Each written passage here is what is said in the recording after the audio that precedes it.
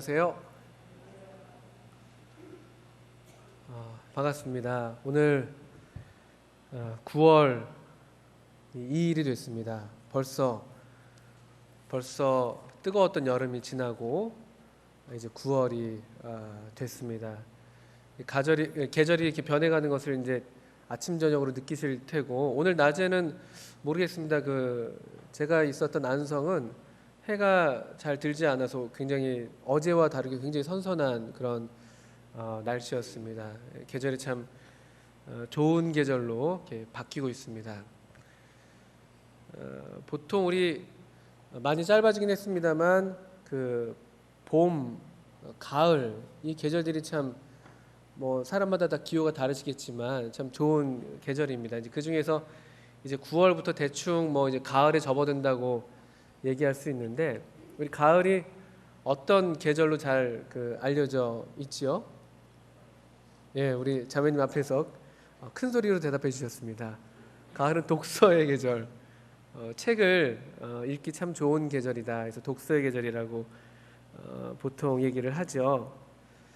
그 이제 독서의 계절인데 이렇게 여러 책들을 이제 읽으실 수가 있겠지만, 가을에 참 어울리는 그런 책의 종류가 있다면은 가을에 무협지 읽기는 좀 이렇게 어울리지 않습니다. 가을에 무슨 뭐 연애 소설이나 통속 소설 읽기도 조금 이렇게 어울릴지 모르겠습니다만, 가을에 참 어울리는 책이 있다면 어떤 종류의 책이 될 것 같으세요? 책 읽으신 지가 좀 오래되셨을 수도 있겠습니다만요. 예, 가을에는 뭐니 해도 시죠. 시. 가을엔 시입니다. 물론 가을에 편지도 쓰셔야 되지만, 사실 가을에 편지를 쓰겠어요라는 노래로 알려져 있는 노랫말도 사실은 시입니다. 그죠? 고은 시인의 시죠. 어떻든 편지를 시처럼 이제 쓰시고, 또 시도 읽기 참 좋은 계절입니다. 이 계절이 참 우리 감성을 많이 이렇게 또 일깨우고, 또 하나님을 향해서도 참 더 좋은 마음, 또 사람들을 향해서도 더 진실하게 우리 마음을 열게 하는 그런 또 따뜻한 힘이 있는 것 같습니다. 그래서 보통 이 계절의 힘, 또 계절의 용기를, 계절이 우리에게 불러 넣어준 용기를 빌어서 이런 계절에는 좀 우리 마음을 더 이렇게 잘 진실하게 우리 마음을 표현하고 또 서로 마음을 주고받는 그런 것이 참 좋겠습니다. 또 하나님께 대해서도 마찬가지죠. 사실 얼마간 우리들의 신앙 믿음에 있어서 이런 어떤 정서적인 부분이라고 할까요? 좀 감정적이고 감성적인 부분들이 조금 경시되는 면이 없지 않아 있습니다. 보통 이제 우리가 이제 복음을 이렇게 설명을 들을 때라든가 복음을 접하게 될 때 감정은 그렇게 중요하지 않다. 사실이 중요하다. 이제 이런 얘기들을 보통 하면서 그런 이제 접근을 이렇게 우리가 이제 보통 하기 마련인데, 그게 이제 맞는 말이죠. 실제로 거듭남에 있어서 우리가 감정을 의지할 수 없고, 감정이 정말 너무 수시로 변하기 때문에 변치 않는 하나님의 말씀, 하나님께서 이미 이루신 확실한 사실, 여기에 우리 믿음을 근거하고 또 그 사실의 기초에서 우리가 거듭나게 되는 것이 맞습니다. 근데 이것이 이제 좀 우리가 이제 좀 믿음에 대해서 이해를 돕는 측면이 있습니다만, 또 반면에 약간 또 우리 믿음이 감정과는 별개의 것인 것처럼 생각하게 하는 그런 좀 면도 없지 않아 있는 것 같아요. 그래서 약간 우리 신앙생활, 우리 주님을 섬기는 이 생활 가운데 어떤 감정 표현이 좀 이렇게 좀 비교적 다른 면에 비해서 좀 이렇게 적지 않나. 우리 주님께 대한 어떤 이런 정말 이 넘치는 이 어찌할 수 없는 뜨거운 마음으로 하나님께 나아가는 그런 모양이 중요한 건 아닙니다만, 어떤 이게 좀 조화로운 어떤 인격이라고 할 때 이런 어떤 영적이고 또는 뭐 혼적이라고 할 수 있고, 그리고 또 육적이라고 할 수 있는 이 세 가지 영혼육이 조화롭게 균형을 이루는 그런 것들이 사실 필요하죠. 또는 뭐 의지, 그 다음에 감정, 또 어떤 지식, 이 세 가지가 또 조화롭게 균형을 이루는 것과도 마찬가지죠. 그게 인격의 우리가 구성 요소라고 이미 알고 있습니다. 지, 정, 의. 물론 사람마다 개성이 다르고 성격이 다르기 때문에 어떤 분들은 좀 지적인 면들이 좀 더 발달되어 계신 분들도 계시고, 어떤 분들은 좀 더 의지적인 부분들이 발달되어 계신 분도 계시고, 저 같은 사람은 뭐 발달은 아니지만 감정에 굉장히 좌우되는 그런 면이 좀 있기도 하고요. 그 사람마다 특성은 다 얼마간 차이가 있습니다만, 그러나 우리 사람을 이루는 요소 자체도 이 인격이라는 것이 지정의라고 할 때 우리 정서, 우리 감정, 이 부분들도 사실 소홀히 할 수 없는 그런 부분입니다. 성경에 많은 책들이 있습니다. 성경 66권의 책이 있다는 것을 우리가 알고 있습니다. 그 대부분은요, 성경의 대부분의 책들은 하나님께서 우리에게 하시는 말씀들로 이루어져 있습니다. 그렇죠? 어떤 이야기를 통해서든 역사를 통해서든 직접 선지자들을 통해서든 사도들을 통해서든 하나님께서 직접 하나님께서 우리에게 하시는 말씀, 그런 것들이 주로 성경을 이루고 있습니다. 그런데 이 시편은 그 중에서 독특한 책이라고 할 수 있는 게 뭐냐면요, 하나님도 물론 이 시편 말씀을 통해서 하나님 자신을 계시하시지만, 그러나 시편 말씀은 또 이 하나님에 대한 우리들의 반응, 우리가 올려드리는 우리의 말, 우리의 기도일 수도 있고요, 우리의 찬양일 수도 있고, 우리의 어떤 분노일 수도 있고, 우리의 어떤 그 간절한 마음일 수도 있고, 우리 어떤 인간, 우리가 하나님께 올려드리는 그런 말들이 여기 나와 있다는 점에서 독특한 책이라고 할 수가 있습니다. 시편은 우리말 제목이 시편인데요, 그러니까 말 그대로 시들을 모아놓은 그런 책입니다. 근데 실제로 이 히브리어에서 이 시편이라는 단어가, 이 제목이 갖고 있는 뜻은 찬양들이라는 뜻이라고 합니다. 찬양들. 시인데 찬양시가 되는 것이죠. 근데 그렇다고 해서 이 시의 모든 내용들이 다 하나님을 직접적으로 찬양하는 그런 내용들이냐라고 할 때 좀 다른 것이죠. 우리가 잘 아시는 것처럼 시편 안에는 여러 다양한 형태의, 아까도 말씀드렸습니다만, 그런 기도가 나타나기도 하고, 우리 어떤 분노가 나타나기도 하고, 원망이 나타나기도 하고, 저주가 나타나기도 하고요. 이런 다양한 어떤 인간 감정들이 드러나기도 하죠.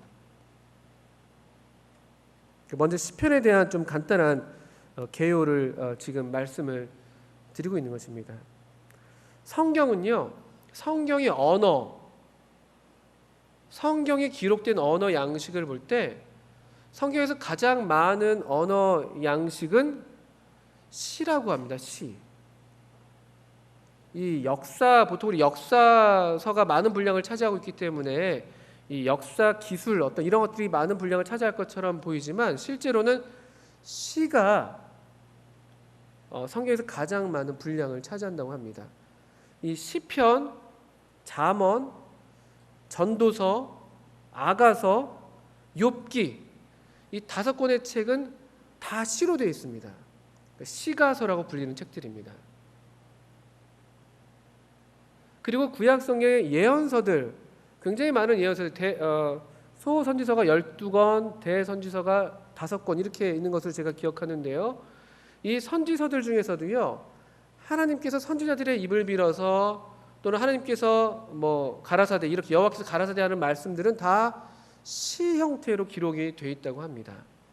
그래서 굉장히 많은 분량을 성경에서 시로서 성경이 기록되어 있는 것을 어떤 학자가 지적을 해 놓았습니다.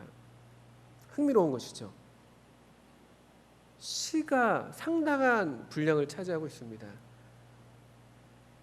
우리는 지금 시를 읽어본 지도 오래됐고 시를 외워본 지도 오래됐는데, 성경은 사실 상당한 분량이 이 시, 노래들로 되어 있다는 것이죠. 또 한 가지 흥미로운 것은 그 창세기에서 사람이 실제로 이제 말을 한 것이죠. 사람이 창조되어서 말을 한 그 첫 번째 기록이 뭔지 우리 성도님들 기억하실 수 있으시겠습니까? 아담이 제일 먼저 한 말. 그러니까 우리 기록에 따르면요. 네, 잘 알고 계십니다. 아담이 하나님께서 데려온 이 하와를 보고서는 이는 내 뼈 중에 뼈요 살 중에 살이다 이렇게 얘기합니다. 그 언어 자체도 사실은 하나의 시이고 노래입니다. 어쩌면 하나님께서 창조하신 이 동산, 이 처음 창조, 무죄했던 그때에 아마도 가장 많이 울려 퍼졌던 것은 바로 이런 시들, 노래들이었을 것입니다. 그래서 하나님께서 천지를 창조하실 때에 다른 시편 욥기서인가요? 다른데 욥기서 말씀에 보게 되면은 별들이 노래하고 산들이 춤을 추고 이런 어떤 비유적인 표현이 나옵니다만 그걸 비유라고도 할 수 있지만 어쩌면 진짜로 별들이 노래했을지도 모릅니다. 노래로 가득 찬 세상. 다른 말이 필요 없는, 서로를 바라볼 때에도 그냥 노래가 절로 나오는, 경탄이 절로 나오는, 하나님이 만드신 창조물을 볼 때에도 서로가 서로를 경탄해야 할 수 있는 그런 어떤 이 노래의 동산이 어쩌면 우리 처음 하나님께서 만드셨던 그 무죄한 처음 창조의 에덴 동산이 어쩌면 그런 공간이었을지 모릅니다. 그리고 거기에서는 모든 존재들이 호명되고 있습니다. 사실 이는 내 뼈 중에 뼈요 살 중에 살이라는 그 말씀 이전에 그 직접적인 언어가 기록되진 않았습니다만 아담이 처음 한 말로서 어떤 말이 있을 수 있냐면요. 동물들의 이름을 하나님께서 짓도록 하셨습니다. 그래서 동물들을 다 아담 앞으로 가져오셔서 어떻게 이름을 짓나 한번 보시려고 했다는 그런 말씀이 있습니다. 그리고 아담이 동물의 이름을 부르니까 그것이 그대로 그 이름이 됐다고 얘기하죠. 존재하는 모든 것들이 다 호명되는 그런 공간이에요. 누구에게 안 알려져 있는, 그냥 이렇게 외면되어 있는 어떤 것도 없는, 다 선명하게 드러나서 하나님께서 만드신 그대로 그 아름다움을 뽐내는 그런 동산, 그것이 서로에게 발견되고 그것이 이름이 불려지고 노래로 불려지는 그런 곳, 에덴 동산, 하나님께서 창조하신 무죄한 공간이 그런 곳이었을 겁니다. 그래서 오늘날에도 만약에 이 하나님께서 새 창조를 이루셔서 지금 이 교회를 만드셨는데 이 교회 가운데도 어쩌면 동일하게 이와 같은 언어들이 회복될 필요가 있는 것이죠. 함께하고 있는 모든 성도들의 이름이 알려지고 불려지고 그 사람으로 인해서 노래하게 되고 그 사람을 바라보면서 노래가 나오게 되고 서로 감사하게 되고 경탄하게 되는 그런 어떤 곳, 그곳이 이 두 번째 창조인 교회, 첫 번째 창조가 그러했던 것처럼 두 번째 창조인 이 교회, 새 창조인 이 교회 역시 그런 모양이 되어야 할 것입니다. 이름이 불려지는 것, 그 사람에 대해서 우리가 이같이 노래할 수 있다는 것, 이게 참 놀라운 일이고 사실 우리가 원래 그렇게 지어졌다고 말씀을 드릴 수가 있죠. 시편은 총 5권으로 되어 있습니다. 시편은 총 150편인데요. 그것이 다시 5권으로 분류되어 있는 것을 보실 수가 있습니다. 시편을 읽다 보면요. 1권, 2권 이런 식으로 이제 얘기가 되는 그런 단락들을 여러분 발견하실 수가 있습니다. 예를 들면 한번 시편 1편을 펴보시죠. 시편 1편을 펴보시면요. 804쪽입니다.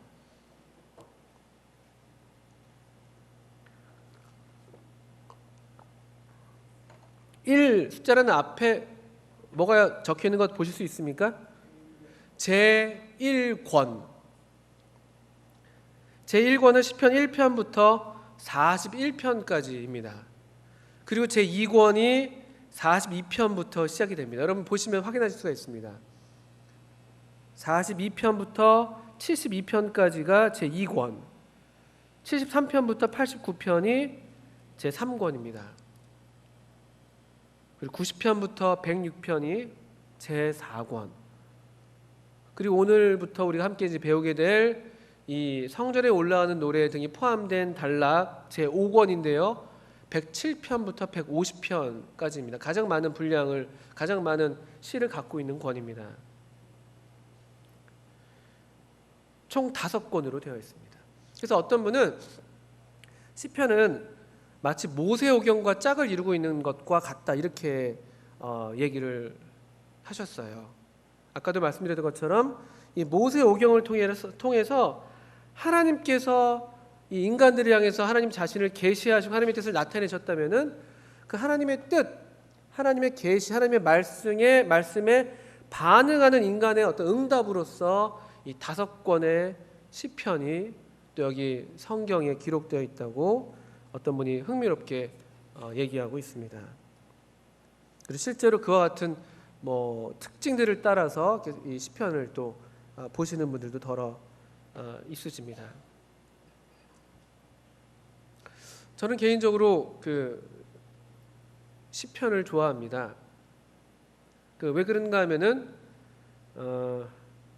제가 특별히 이제 상태가 안 좋았을 때 이제 그때 자주 읽게 되는 책이 바로 시편이었는데, 잠언 말씀은 읽기가 어려웠어요. 잠언 말씀은 너무 이렇게 교훈의 말씀들이 너무 이렇게 또 선명하게 나와 있기 때문에 그 말씀에 비춰보면 내가 더 잘못하고 있다는 게 너무나 더 지적이 되는 것 같아서 참 보기가 부담스러웠다면은 시편 말씀을 읽게 되면은 마치 내 마음과도 같은 이제 그런, 내가 미처 하나님께 얘기할 수 없는 그런 것들을 하나님께 이 시편 기자가 얘기하는 것과 같아서 굉장히 공감이 많이 되고, 또 어떤 기도를 하지 못한 하나님께 나아가는 것마저도 너무나 어렵게 느껴지는 그런 때에 시편 자체를 읽게 될 때 상당히 마음에 위로가 되고 공감이 가고 또 그런 경험이 있었는데요. 이 시편이 바로 그런 책이기 때문에 그렇다는 것입니다. 인간의 응답, 사람 마음, 우리의 감정, 우리의 정서, 우리의 어떤 솔직한 어떤 그런 감정들이 그 고스란히 담겨 있는, 차마 우리가 우리 입으로 할 수 없는 그런 마음의 간절한 탄원, 기도조차도 어떻게 이렇게 시편에 기록되어 있는지, 이 사람의, 이 인간의 어떤 이 심령을 그대로 적나라하게 보여주고 있는 그런 책이기 때문에 우리가 상당히 공감을 하고 또 매력을 갖고 있는 그런 책이라고 말씀을 드릴 수가 있습니다. 또 계속 이 시편에 대해서 말씀을 드리고 있는데, 이 시는요, 시라는 이 종류가요, 글에 여러 종류가 있지 않습니까? 제품을 사시게 되면 제품 설명서가 있습니다. 제품 설명서 같은 그런 글도 있고요. 신문을 보시게 되면 신문 기사 같은 글들도 있고, 광고를 보시게 되면 광고 같은 글들도 있습니다. 다 글마다 글의 어떤 목적이 다르고 종류가 다르고 또 특성이 다 있기 때문에 그 글을 읽는 방식이 다 다르죠. 마찬가지로 이 시편을 읽을 때는 이게 시이기 때문에 주목해서 볼 만한 그런 포인트가 있다면 계속 말씀드립니다만, 시는요, 물론 논리적인 연관성이 아주 없는 건 아닙니다만 논리보다는 이 정서입니다. 정서, 감정. 그래서 시편을 읽을 때에는 좀 이렇게 마음으로 읽는다고 생각하시는 그런 어떤 그런 마음, 그런 자세예요. 그렇게 읽으시면은 시편을 더욱 시편답게 읽을 수가 있습니다. 왜 제가 요즘에 이제 2학기가 시작돼서 아이들에게 국어 수업을 하는데 처음 나오는 단원이 1학년에서 시가 나오고 있거든요. 시. 너무 공부를 열심히 하는 습관이 있는 친구들은요, 딱 교과서 이게 시가 교과서에 실렸기 때문에 그런데요, 이제 일단 이렇게 형광펜 준비하고 밑줄 긋고 막 이제 막 뭔가 이렇게 의미를 막 찾아내려고 막 애를 쓰는 그렇게 이제 덤비기가 쉬운데, 사실 이제 시는 그렇게 주어진 게 아니거든요. 시는 공부하라고 우리가 쓴 게 아니고, 시를 쓴 사람이 내 마음이 이렇다, 나는 이렇게 외롭다든지 이렇게 쓸쓸하다든지 이렇게 기쁘다든지 이렇게 그립다든지 이 감정을 표현하는 것이죠, 일반적으로. 그래서 시의 의미를 막 처음부터 해석하려고 덤비기보다는 시가 풍기는 어떤 그런 느낌, 정서, 어떤 그런 시에서 만약에 주인공이 있다면 그 주인공이 지금 현재 처한 상황이라든가 그가 느끼고 있는 그런 정서를 함께 느끼는 것이 좋은 것 같습니다. 그래서 어떤 한 1학년 여학생한테 시를 읽혔는데요, 놀라운 반응이 나왔어요. 그냥 교과서에 실린 시가 아니라 제가 따로 시를 이제 한 4편 정도 뽑아다가 이렇게 나눠주면서 이 중에서 그냥 마음에 드는 시 하나 골라서 그 이유를 얘기해라 이렇게 이제 했습니다. 그 아이가 그러니까 그렇게 하니까 교과서에 실려있지 않으니까 좀 더 편안하게 시를 읽었던 것 같아요. 어떤 시 하나를 골랐습니다. 꽤 유명한 시인데 그 시를 딱 고르더니만 이제 이유를 설명하라고 해서 왜 그 시가 마음에 들고 왜 그 시를 골랐냐 그랬더니만 저는 원래 외로움을 잘 타지 않는 아이예요. 여자인데 아주 이렇게 도도하고 뭔가 이렇게 좀 그런 아이거든요. 별로 감정 표현 안 하고 아주 이렇게 마음이 단단하게 보이는 그런 친구였는데 저는 원래 외로움을 타지 않아요. 그런데 이 시를 읽으니까 외로워졌어요. 그러는 거예요. 그래서 제가 잘 읽었다고 했습니다. 그거다. 왜 이상하게 이 시를 읽으니까 외로워졌어요. 그래요. 그래서 지금 너무 외로움에 휩쓸리고 있는 것 같아서 제가 좀 책임감을 느끼고 있는데 그런 아이가 있는 반면에 또 어떤 친구는요 너무 재밌어요. 시가 갖고 있는 힘이죠. 또 걔도 이제 다 그 4편의 시 다른 시를 골랐습니다. 그 시의 어느 한 구절을 꼽으면서 그 시를 고른 이유인데요, 그 시의 한 구절을 그 시를 고르면서 얘기를 하면서 제가 정말 평생 수업을 하다 놀라운 장면을 봤는데 그 아이가 눈물을 흘렸어요. 지금 계절이 그런 계절인 것 같아요. 지금 애들이 지금 뭔가 지금 마음이 불안정하고 그런지도 모르겠습니다만 꼭 이 시의 구절이 저 같아요. 이렇게 얘기하더라고요. 이게 신경림 시인의 갈대라는 시인데 갈대는 속으로 뭐 울었을 것이다 뭐 이런 표현이 있거든요. 자기도 마치 그렇게 속으로 우는 그런 어떤 감정을 느꼈나 봐요. 그래서 근데 그것을 이제 속으로만 안 울고 그 시를 통해서 겉으로 눈물을 이렇게 탁 흘리는데 저도 순간 당황스럽더라고요. 일단은 아이가 수업 중에 우니까 내가 뭘 잘못했나 막 이런 생각이 들고. 근데 이제 그렇다는 것이죠. 시라는 것이 그런 종류의 글이라는 것입니다. 시편을 읽을 때 다른 성경을 물론 읽는 것처럼 우리가 또 성령님께 의지하고 또 영적인 교훈들을 우리가 발견하고 그렇게 읽는 것 좋은 것입니다만 시편을 그냥 시로서 먼저 읽는 것, 그 말씀 드려보고 싶었습니다. 너무 우리가 이 성경 공부에 너무 익숙해서 공부하는 거 너무 많이 이렇게 하는 것 같아요. 이게 너무 나쁜 게 아니고 너무 좋은 거지만 시는 시다. 시만의 어떤 고유한 특성들이 있죠. 비유도 뭐 다양하게 있고. 그래서 그렇게 시의 어떤 이 시가 갖는 분위기라든가 그런 어떤 느낌을 함께 느껴보시면 참 좋겠다 이런 생각을 먼저 드리게 됩니다. 그래서 우리 마음이 이 시편이 갖고 있는 그 어떤 분위기로 우리 마음도 적셔지고 또 우리도 그래서 좀 더 뭐 따뜻해진 마음으로 좀 더 촉촉해진 마음으로 또 우리도 노래할 수 있는 이제 그런 어떤 영향을 받을 수 있다면 그것도 참 좋다고 생각이 듭니다.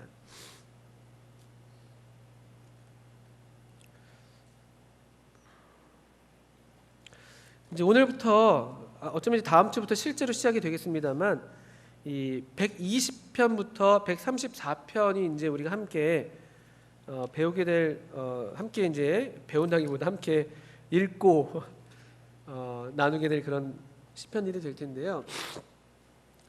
우리 120편을 한번 펴서 보시면 좋겠습니다.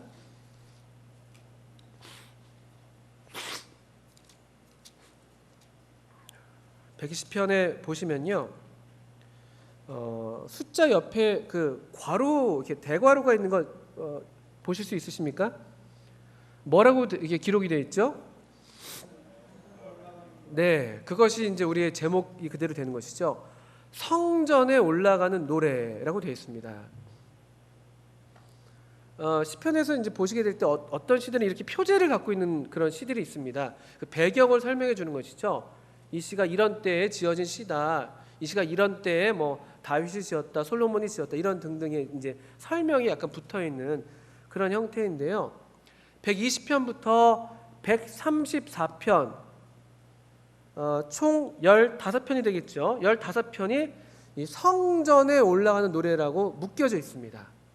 성전에 올라가는 노래.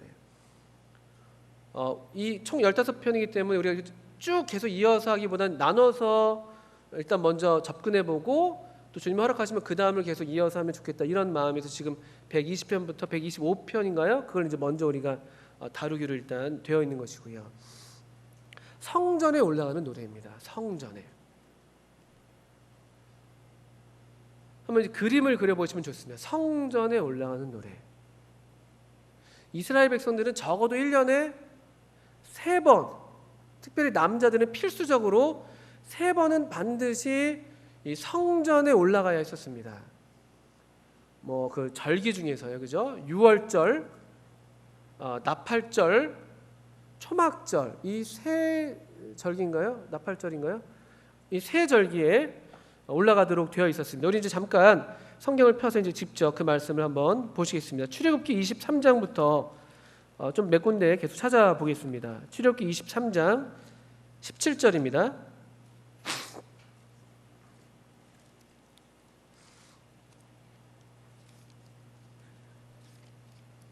출애굽기 23장 17절. 이제 시내산에서 하나님께서 이스라엘 백성들에게 이 율례를 일러 주실 때 이와 같은 명령도 주셨습니다. 17절인데요. 너희 모든 남자는 매년 3번씩 주 여호와께 보일지니라. 너희 모든 남자는 매년 3번씩 주 여호와께 보일지니라. 또 같은 말씀이 신명기 16장에도 나와 있습니다. 신명기는 이제 제2세대 광야에서 한 세대가 이제 가버렸고 그 다음 세대에게 주시는 또 역시 하나님의 율례인데요. 신명기 16장 16절에도 또 이렇게 기록이 되어 있습니다. 예, 절기가 명시되어 있죠. 16장 17절입니다. 너희 중 모든 남자는 1년에 3차 곧 무교절, 77절, 초막절에 내 하나님 여호와의 택하신 곳에서 여호와께 보이되. 아까 제가 잘못 말씀드렸군요. 무교절 그러니까 6월절, 또 77절, 그러니까 초실절이라고 불리는 바로 그 절기죠. 그리고 초막절. 이 세 절기에는 반드시 하나님 여호와의 택하신 곳에서 여호와께 보이도록 되어 있었습니다. 그리고 그때 공수로 여호와께 보이지 말고 각 사람이 내 하나님 여호와의 주신 복을 따라 그 힘대로 물건을 드릴지니라라고 기록되어 있습니다. 그리고 이런 어떤 말씀에 따라서 성전에 올라갔던 그런 사례로 보이는 그런 경우가 이를테면 사무엘상 1장에 엘가나와 한나 가정이 그렇게 성전에 올라갔던 것. 그때는 이제 실로였죠. 실로. 아직 성전이 있기 전이었기 때문에 실로로 나아갔던 기록이 있습니다. 그리고 예수님 당시에 예수님도 유월절을 맞이했을 때 절기를 맞이해서 예수님 자신도 올라가셨던 기록들이 요한복음에는 3번이나 나와 있습니다. 누가복음에서는 해마다 유월절에 예수님의 부모 요셉과 마리아가 해마다 유월절마다 예루살렘에 올랐다고 또 기록이 되어 있습니다. 이런 기록들. 그러니까 적어도 3번은 그 3번 그 이상으로 이스라엘 백성들은 그들이 어디에 거하든지 간에 이 성전을 향해서 올라야 했다는 것이죠. 그럼 성전이 어떤 곳입니까?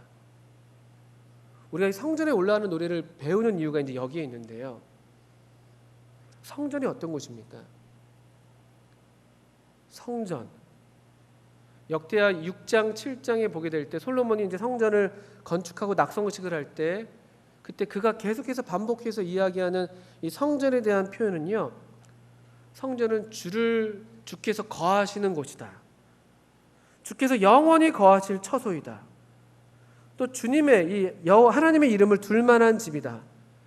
내 이름을 거기 두리라 하신 바로 그곳이다. 성전은요. 하나님이 계신 곳. 하나님의 이름이 있는 곳, 하나님이 거하시는 곳. 한마디로 그것입니다. 근데 이 제자들이 성전의 본질을 잃어버렸었죠. 그래서 12제자들이 예루살렘에 가까이 왔을 때 예수님께 성전을 가리키면서 얘기했어요. 얼마나 멋있냐고. 그러니까 주님이 이 성전이 무너질 것이다. 돌 위에 돌 하나도 남지 않고 무너질 것이다 라고 이제 말씀하시니까 깜짝 놀랐던 것이었죠. 성전은 어떤 그냥 그런 멋진 건축물이 아니었습니다. 더러 이방인에게는 그것이 그렇게 보였었죠. 그래서 스바 여왕이 왔었을 때 그가 이 성전의 아름다움에 정신이 현황해졌다고 얘기했습니다. 너무 아름다워서 깜짝 놀란 거였어요. 저도 얼마 전에 어떤 한 그 무슨 센터, 교회에서 새로 지은 센터 건물을 가본 적이 있는데 정말 입이 떡 벌어졌습니다. 정말 몇 천억 원을 들여서 만들었을 법한 그런 건물을 갔었는데 입이 떡 벌어졌어요. 뭐 그것이 뭐 나쁜 것이다라고 말씀드리는 것이 아니라, 그러나 성전의 본질은 하나님이 계신 곳, 하나님의 임재, 하나님이 이름을 두신 곳이라는 것이죠. 하나님께서는 하나님의 언약 백성인 이스라엘 백성에게 이것을 잊지 않도록 했습니다. 그 무슨 말일까? 왜 1년에 적어도 3번은 성전에 오도록 했을까요? 그 시간을 살아가는 우리들에게, 분주한 일상, 바쁜 어떤 이 하루하루를 살아가는 우리들에게 그래도 잊지 말아야 할 것, 반드시 기억해야 할 것이 있다면요, 우리 삶의 중심은 하나님이어야 된다는 것입니다. 성전이 아니라 하나님이어야 된다. 바로 성전에 거하시는 하나님. 그 당시에는 그걸 상기시키시는 것이 하나님의 목적이었습니다. 하나님 앞에서 너를 보여라. 흥미로운 표현입니다. 출애굽기나 신명기에서요, 우리 보통 성전에서 백성들이 예배했다, 하나님께 드렸다, 물론 그 명령이 이제 뒤에 붙어 있습니다만, 그러나 근본적으로 성전에 하나님께서 명하신 곳으로 오게 하는 그 주된 목적은요, 주 여호와께 보이라는 거예요. 너희 자신을 보이라는 겁니다. 드리기 이전에 우리 자신을 그냥 보이라는 거예요. 하나님 앞에서 내 삶이, 지금 이 살아가고 있는 내 이 절기절기의 이 삶들이 지금 하나님 앞에 합당한 삶인가, 하나님을 중심으로 여기는 삶인가. 내가 비록 땅에 지금 열심히 수고하고 땀 흘려서 지금 노동하고 있지만 내 심령은 항상 그곳을 향하고 있는가. 우리 삶의 유일한 방향, 유일한 목표, 그것이 이 성전이어야 된다는 것입니다. 그리고 그들이 실제로 이 절기를 맞이해 성전에 올라갈 때 이와 같은 노래들을 불렀다고 한번 상상해 보십시오. 혼자 오는 사람들도 있었을 것이고요, 오다가 뭐 무리를 만나서 함께 또 무리 가운데서 또 오는 사람들이 있었을 수 있고요. 그래서 이제 누가복음 2장에서는 예수님을 잃어버렸잖아요. 무리 중에 함께 있는 줄 알고. 행렬이 너무나 많으니까 올라오면서, 성전을 향해서 올라오면서 이들이 이와 같은 노래들을 부르는 것입니다. 이 노래를 부르면서 다시 한번 그들 삶의 중심을 확인하고 그들의 발걸음을 다시 한번 성전으로 재촉하고 얼굴을 다시 예루살렘 성전을 향해서 고개를 돌리고, 정신을 잃고 우리 일상에 분주하게 바쁘게 살고 있다가도 어떤 이런 때가 됐을 때에는 다시 한번 우리 삶이 돌아가야 될 그 방향을 다시 되짚게 하는 그런 노래들이 이스라엘 백성들에게는 있었습니다. 참 좋은 것이죠. 안식일 그 이상으로 매주 안식일 가운데 그와 같은 기념이 있었다면은 매년 하나님의 온 백성들이 함께 모여서 우리는 바로 이 하나님을 중심으로 한 백성들입니다. 우리 민족은 하나님 빼면은 전혀 의미가 없습니다. 이것을 확인하는 거죠. 서로의 얼굴을 보면서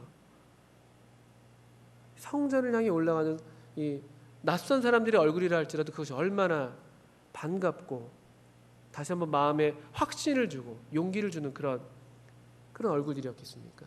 그래서 시편 122편 같은데 성전에 올라가는 노래 중에 한 부분인데요. 이런 고백을 실제로 하고 있는 것을 보게 됩니다. 122편 보시면요. 1절에 이렇게 얘기하고 있죠. 사람이 내게 말하기를 여호와의 집에 올라가자 할 때 내가 기뻐하였도다.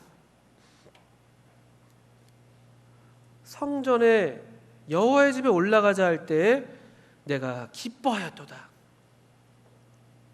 이런 마음으로 지금 1명, 2명, 3명 군데군데에서 계속 몰려 나와서 거대한 행렬을 이루고 있는 그런 군중들을 한번 떠올려 보세요. 얼마나 놀라운 장면입니까? 그리고 그들이 이런 노래들을 함께 한 목소리로 부르고 있다고 생각해 보세요. 중간중간에 어떤 사람들은 화음을 넣었을 수도 있고요. 또 어떤 사람은 또 가사를 또 자기 마음의 고백을 따라서 또 가사를 바꿔가면서 노래를 불렀을 수도 있고요. 그 고요한 그 사막을 지나면서 그 광야를 지나면서 밤마다 울려 퍼져서 이런 노래들을 한번 떠올려 보세요. 모닥불을 피워놓고 우리 캠프파이어 할 때 노래를 부르잖아요. 그런 것처럼 이 순례하는 행렬들이 이 예루살렘 성전을 향해서 순례의 길을 지금 떠나오고 있는 이 행렬들이 함께 불러드리는 노래, 얼마나 놀라운 노래겠습니까? 순례자들의 노래, 한 방향으로 함께 길을 가고 있는 이 순례자들의 노래가 바로 이 성전에 올라가는 노래들입니다.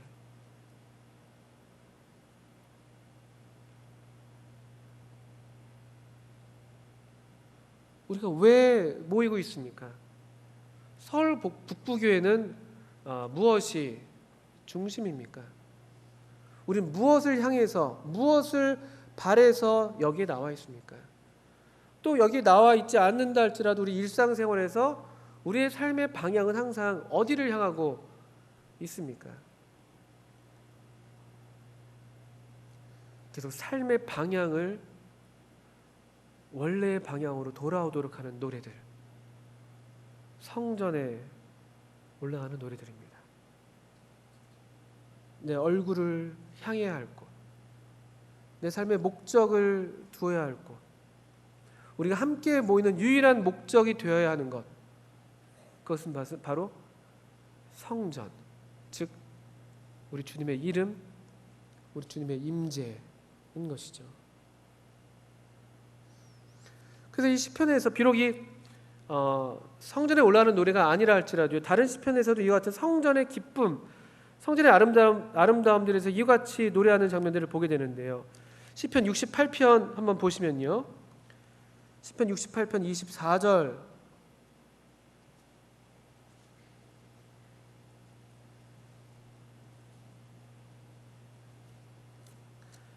시편 68편 24절 25절 보겠습니다. 하나님이여 저희가 주의 행차하심을 보았으니 곧 나의 하나님 나의 왕이 성소에 행차하시는 것이라. 소고치는 동료 중에 가객은 앞서고 악사는 뒤따르나이다. 주의 행차하심을 보았다. 나의 하나님 나의 왕이 성소에 행차하시는 것, 이것을 본다고 이 시편 기자 다윗은 노래하고 있습니다. 그리고 노래하는 자가 앞서 있다고 얘기합니다. 가객이 앞서 있다. 이 성전의 기쁨, 하나님이 거기 계심으로 말미암은 그런 기쁨과 즐거움을 노래하는 그런 구절들은 너무나 많습니다. 그 앞에 좀 넘기시면 시편 65편 또 4절도 한번 보시면요.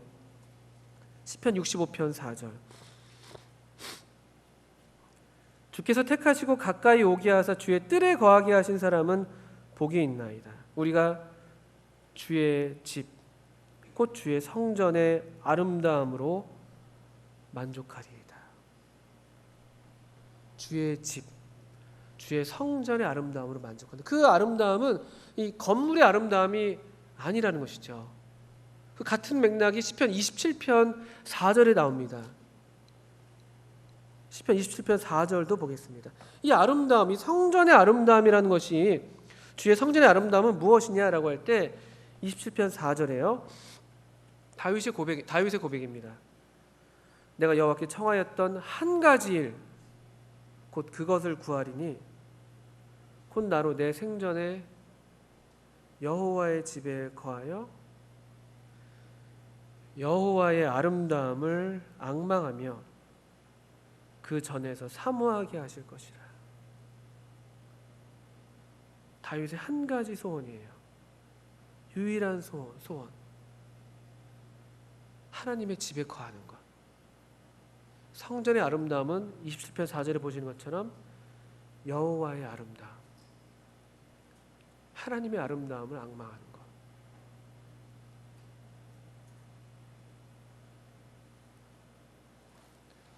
성전에 올라가는 노래. 이 아름다운 하나님을 뵈려고 올라가는 이들 가운데 이 마음의 노래들입니다. 또 이 아름다운 하나님을 이미 맛보아서 알고 있는 사람들이 함께 부르고 싶은 노래들이 여기 있는 것입니다. 노래, 성전에는 노래가 합당합니다. 제사 이전에 노래입니다. 다른 섬김 이전에 노래입니다. 흥미롭게도 이제 그와 같은 것을 우리 얼마 전까지 느헤미야서를 읽었는데요. 우리 느헤미야서 한 구절을 보겠습니다. 시편 앞쪽에 있습니다. 느헤미야서 11장입니다. 이 예루살렘 성을 성벽 낙성식이 되는 것이죠. 이때 이와 같이 이제 행렬을 정하고 또 임무들을 맡겼는데요. 느헤미야 11장이 그와 같은 이제 행렬과 임무들을 이렇게 기록한 그런 장입니다. 근데 흥미롭게 이렇게 기록되어 있는 게 있습니다. 11장 22절을 봐보시죠. 노래하는 자 아삽 자손 곧 미가의 현손 마따냐의 증손 하사랴의 손자 바니의 아들 우시는 예루살렘에 거하는 레위 사람의 감독이 되어 하나님의 전 일을 맡아 다스렸으니 하나님의 전 일을 맡아 다스린 사람은 노래하는 자였습니다. 성전은 노래로 먼저 가득 차야 할 곳입니다. 성전에 가는 사람들, 가는 길에서부터 이 노래가 울려 퍼지고요. 성전 안에서는 계속해서 이 하나님의 아름다움으로 인해서 노래하는 그런 노래들이 서로 불려지는 그 노래 가운데 제사가 드려지고 노래 가운데 섬김이 일어나는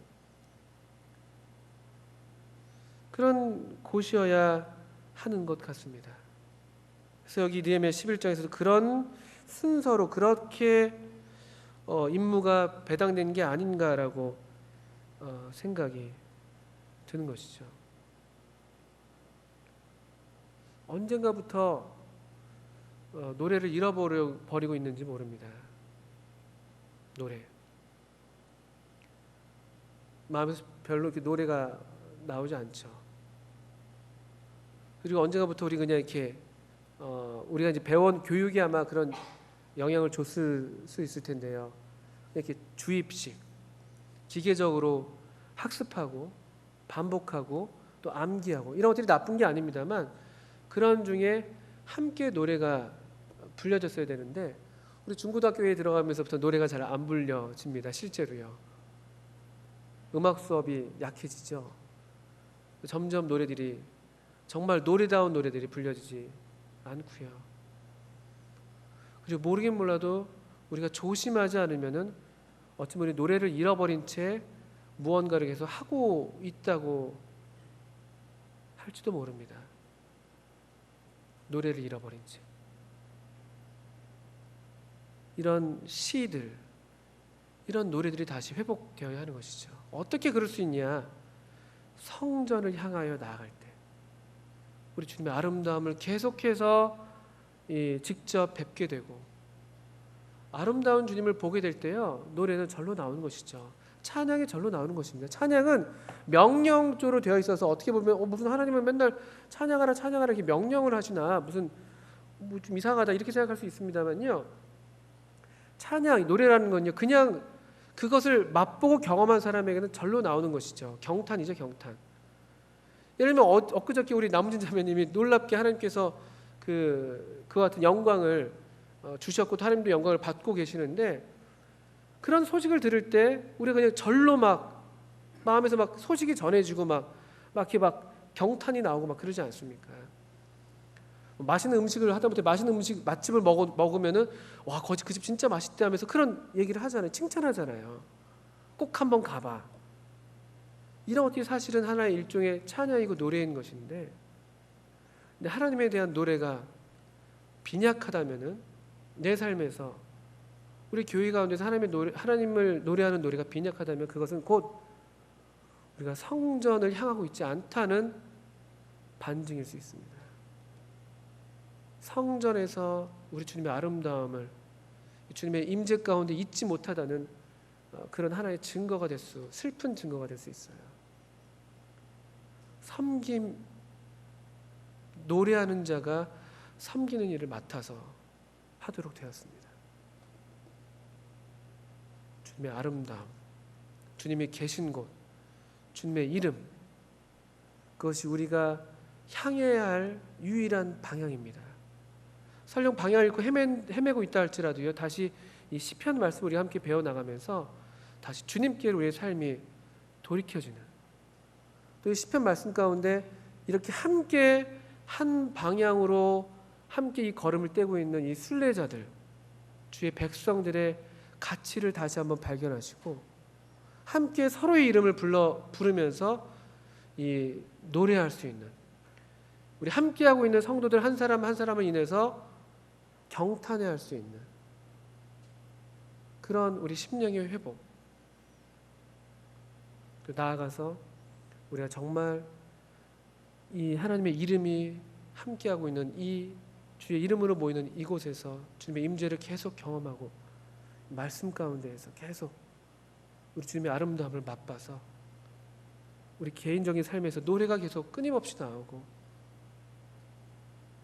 우리 함께 모이는 모임의 자리에서 노래되어지는, 큰 소리로 하나님이 높임을 받으시고 즐거움이 사방에 퍼지는 그런 우리들이 되기를 바라는 마음으로 우리가 이 성경을, 이 시편을 대하고자 합니다. 마지막으로 느헤미야서 12장 42절 43절을 보고 마치겠습니다.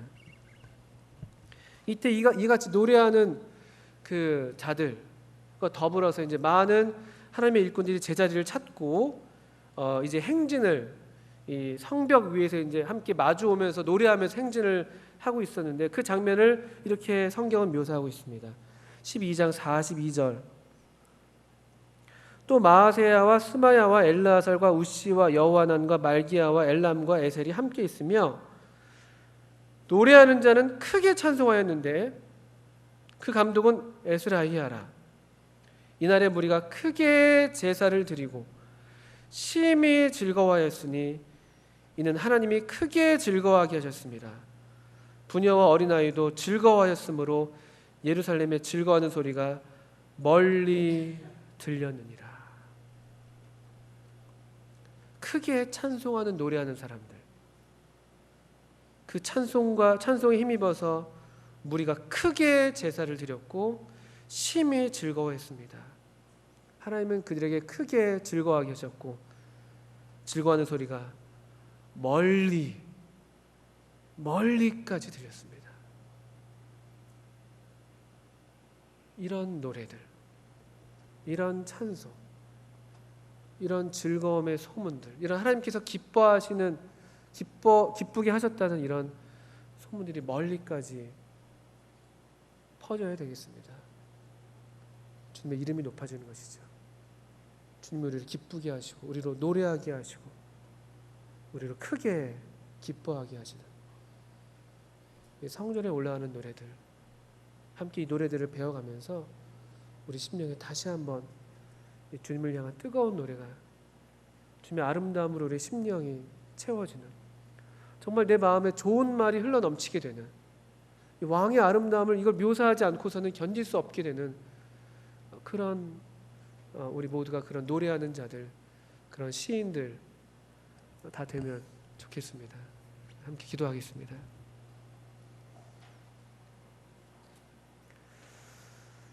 하나님 아버지, 이 시간에 저희들 마음의 소원과 또 바람을 주께 아뢰게 됩니다.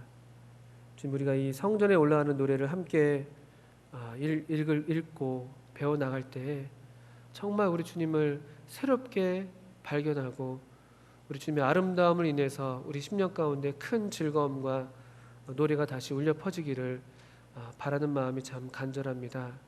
주님, 우리 심령을 도우셔서 하나님 말씀으로 우리 심령 가운데 친히 말씀해 주시고 나타내 주셔서 저희로 합당하게 우리 주님께 노래로 반응하는 그런 우리 모두가 되게 해주시기를 기도합니다.